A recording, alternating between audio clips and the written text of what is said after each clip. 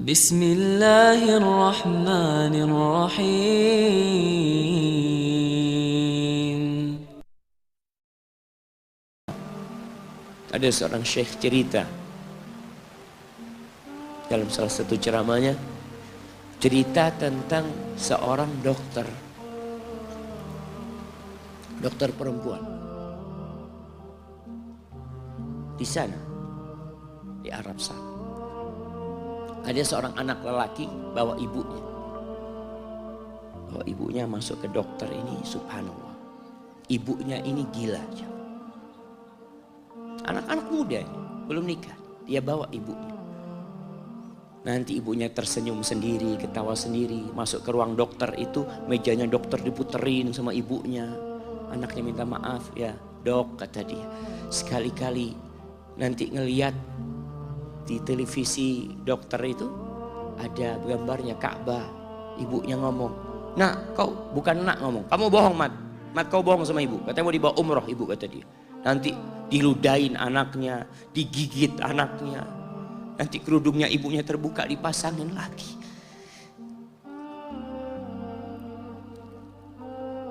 Itu dokter tanya sama anaknya, ini siapa? Ibu anak, kata dia. Sejak kapan dia seperti ini? Sejak lahir. Loh, terus gimana engkau bisa lahir? Iya, sama kakek ana, ibu ana dinikahkan, tapi 10 bulan diceraikan. Ya karena seperti ini, ana lahir dari rahim ibu ana. Dan seperti ini kelakuan. Iya, kata dia. Engkau berbakti sama dia, kata dia. Dia kan gak kenal sama engkau. Iya, dia gak tahu sama ana, tapi Allah tahu kalau dia ibu ana, kan? Allah tahu kalau dia ibu ana. Ana harus berbakti. Ditanya, ibumu sakit apa? Ibu kena gula, kata dia, kena ini. Setelah dikasih resep, itu dokter cerita, pasiennya keluar, ditutup pintunya. Dokter ini nangis. Dia mengatakan, ana sering dengar ceramah tentang birrul walidain. Ana sering mendengarkan tausiah ustaz tentang berbakti kepada orang tua, tapi ana baru sekarang melihat kebaktian seorang anak sama orang tuanya. Ibunya gila, dia tetap berbakti. Dan dia mengatakan, iya, ibu ana gak tahu sama ana, tapi Allah tahu kalau dia ibu ana. Dan yang ngasih wasiat supaya kita berbakti sama orang tua itu Allah, jemaah. Apapun yang dilakukan orang tua kita.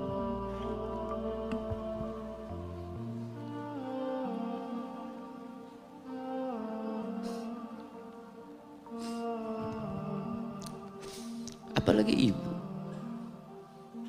Allah katakan, hamalathu ummuhu kurha wa wada'athu kurha.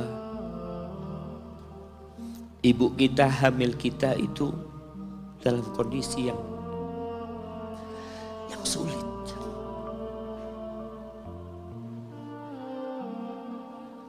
Ada ibu yang harus bed rest demi anaknya lahir. Demi kita lahir, ibu kita itu bed rest. Capek dikit keluar darah. Ada yang harus hamil kita dalam kondisi dia ditinggal sama suaminya. Dia harus cari nafkah sendiri. Ada yang harus muntah-muntah demi kita. Allah. Lalu kita berdiri buat ibu kita, capek. Diceritakan seorang, ya kita semua tahu ceritanya, tentang 3 orang yang masuk ke dalam gua. Kemudian gua itu tertutup dengan batu yang menggelinding. Lalu mereka bertawasul dengan amal soleh mereka. Salah satunya yang mengatakan, ya Rabbi, Allahumma, ya Allah, aku punya 2 orang tua. aku punya 2 orang tua. Yang aku senantiasa memberikan susu kepada keduanya sebelum keluarga yang lain minum susu. Dia sudah menikah, dia punya istri, punya anak. Pada suatu hari, ya Allah, aku kejauhan cari rumput. Sehingga aku balik dalam kondisi orang tua sudah tidur. Maka aku pereskan susu buat keduanya, ya Allah. Allah tahu, tapi dia mau cerita sama Allah. Dia ingin tawasul dengan amal soleh dia. Lalu aku taruh di wadah. Aku datang ke bapak ibuku, mereka tidur. Maka aku berdiri di hadapan kedua. Jamaah, bukankah bisa dia taruh di sebelah meja ibunya susu itu? Dia ambilkan meja, taruh di sana, dia bisa tidur. Dia sudah berbakti sama orang tuanya dengan seperti itu. Tapi anak ini tidak. Aku berdiri, ya Allah, aku gak ingin membangunkan keduanya. Dan aku terus berdiri, aku pegang itu susunya. Sampai mau subuh bangun, aku serahkan kepada kedua. Anak-anaknya nangis minta susu. Kata dia, lah, sampai bapak ibu aku minum. Kalian jangan minum. Kita kadang-kadang sudah menikah lebih peduli sama istri kita. Lebih peduli sama anak-anak kita. Nggak ada hadis yang mengatakan anak itu pintu surga, jemaah. Yang ada itu orang tua pintu surga. Kita peduli sama anak-anak kita. Beli oleh-oleh buat istrinya. Ditelepon istrinya mau apa, kepingin apa. Pernahkah engkau telepon ibumu? Tanya, Umi kepingin apa, Umi? Ana lagi dalam perjalanan, Umi. Jamaah, itu anak, Masya Allah, dia berdiri. Kenapa dia kuat, jamaah? Karena dia tahu Allah yang nyuruh dia berbakti. Mungkin tidak ada yang melihat berdirinya dia, tapi Nabi ceritakan berdirinya dia. Dari malam jamaah sampai pagi. Berapa jam dia ingat, ibuku hamil aku 9 bulan. Capek. Ana semakin tahu dengan tugas besar seorang ibu dan pengorbanan seorang ibu. Setelah Ana menikah, setelah Ana tahu bagaimana istri Ana hamil, ketika dia harus tidur gak enak, makan muntah aja, Ana melihat istri Ana sampai lemas dia muntah. Ana ingat begini ibu Ana hamil Ana. Lalu kita lupa jemaah. Kita sok sukses, mungkin engkau lebih sukses dari orang tua. Tapi kalau nggak ada bapak ibu, engkau nggak akan pernah lahir di muka bumi. Allah ceritakan ibunya hamil dia.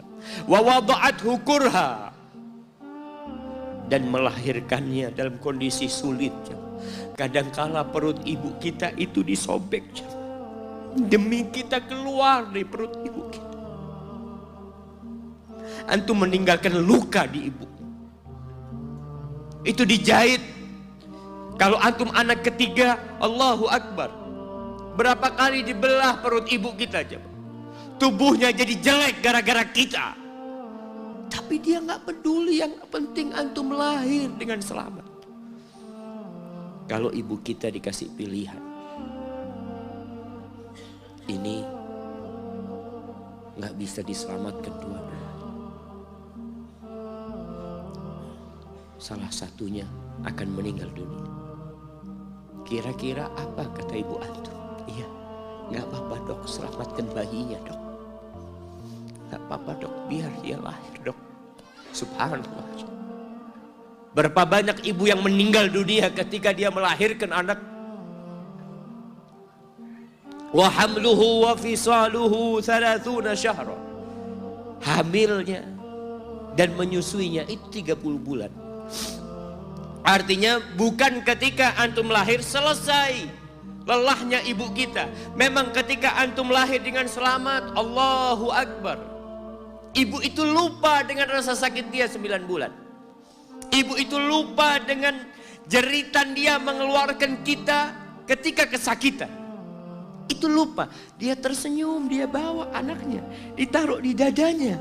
Allahu Akbar. Kalaupun ada air mata yang menetes, itu air mata kebahagiaan orang tua dengan hadirnya kita di muka bumi ini. Lalu kita bisa berjalan. Kita nggak bisa apa-apa lahirnya. Allah rekam kebaikan ibu kita. Kita disusui sama ibu kita. Berapa bulan? 2 tahun. 24 bulan disusui. Mungkin ada yang kurang, mungkin ada yang lebih. Tapi yang jelas kondisi kita tidak bisa berbuat apa-apa. Kita hanya bisa menangis, jemaah.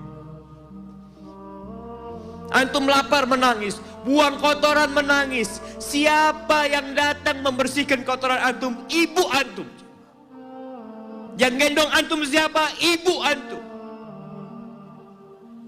Dia susui. Subhanallah, sampai anaknya agak besar sedikit, diajari bicara sama ibunya, diajak ngomong sama ibunya, diajarin berdiri sama ibunya, diajarin berjalan sama orang tuanya. Allahu Akbar. Kemudian ketika antum sukses, antum berangkat ke luar negeri, antum berangkat ke luar kota, meninggalkan kedua orang tua antum, boleh, asalkan dengan ridho orang tua antum. Kalau ibu antum telepon, antum di Batu sini, kuliah, sampai sukses jadi pengusaha di sini. Ibu antum di kampung telepon, nah ibu ingin engkau balik ke kampung. Jangan pernah mengatakan, Bu, anak kerjanya di sini, Ibu. Saya ditugaskan di sini. Tinggalkan semua pekerjaanmu, pulang ke rumah.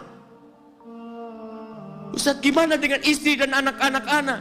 Yang ngasih makan istri sama anak-anak antum itu Allah Jalla Jalla. Bawa pulang ke kampung. Hidup sama ibu antum. Jamaah, ada seorang sahabat yang izin untuk berjihad. Izin untuk mendapatkan surga yang paling tinggi. Izin untuk bisa memberikan syafaat kepada 70 dari keluarganya. Kalau dia mati syahid, dia datang kepada Nabi SAW. Ditanya, bapak ibumu hidup? Iya, kata dia. Pulang engkau ke sana. Fathammal jannah, di sana ada surga. Ilzam rijlaya, engkau tetap di kaki ibu. Ini mau jihad, bukan mau cari fulus, jemaah. Bukan mau cari kenikmatan dunia, dia mau cari surga. Tapi pintu surga yang paling baik orang tua dapat jauh-jauh.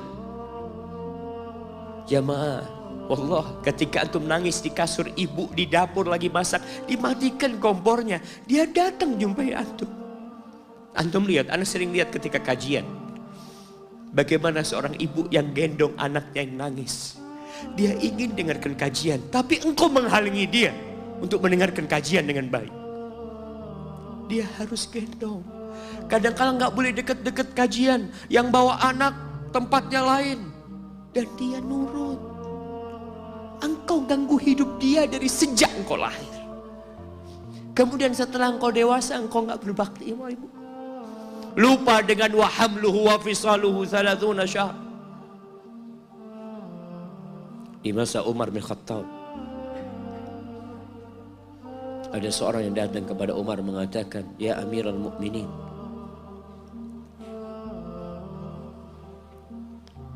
aku ini jadi kendaraan buat ibu.